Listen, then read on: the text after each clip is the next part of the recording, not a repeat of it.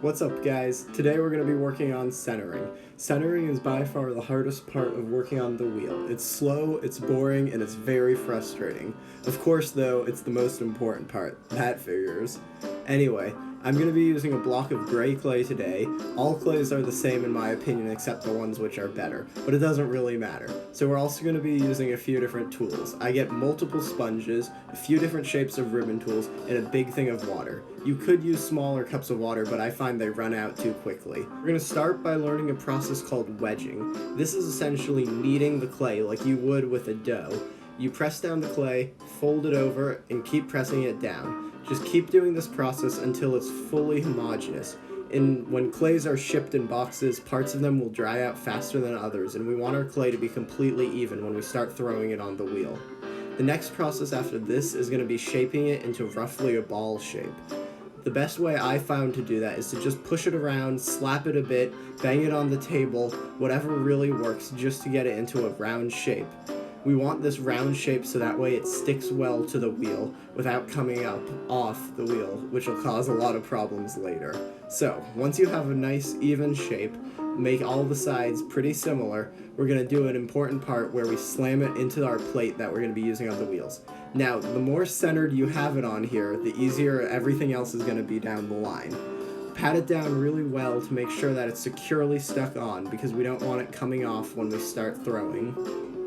I like to go around with my thumb and press it down on all sides just to make sure there's a really well done even seal.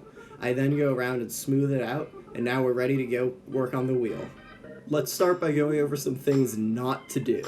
Now, like I was saying earlier, if you don't press it down onto the wheel well enough, it'll come off like you're about to see, and it's going to make a whole mess, it's going to be loud, and everyone's going to hate you.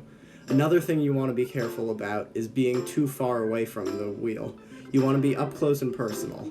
Another common mistake is to be pouring too much water. You never need to be pouring that much water or you're just going to make a mess. Regardless of what you do, it's going to make a mess anyway though.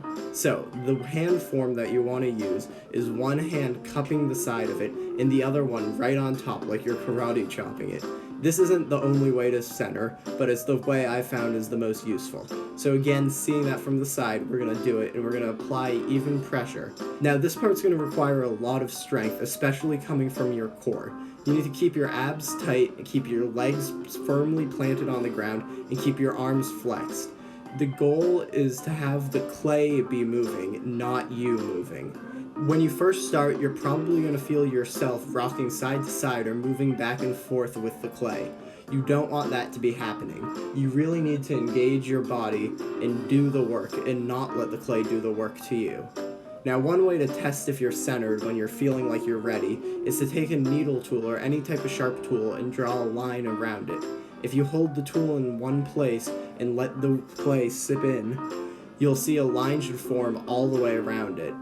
If that doesn't and it's only on one side, you know that your clay is too far to the side.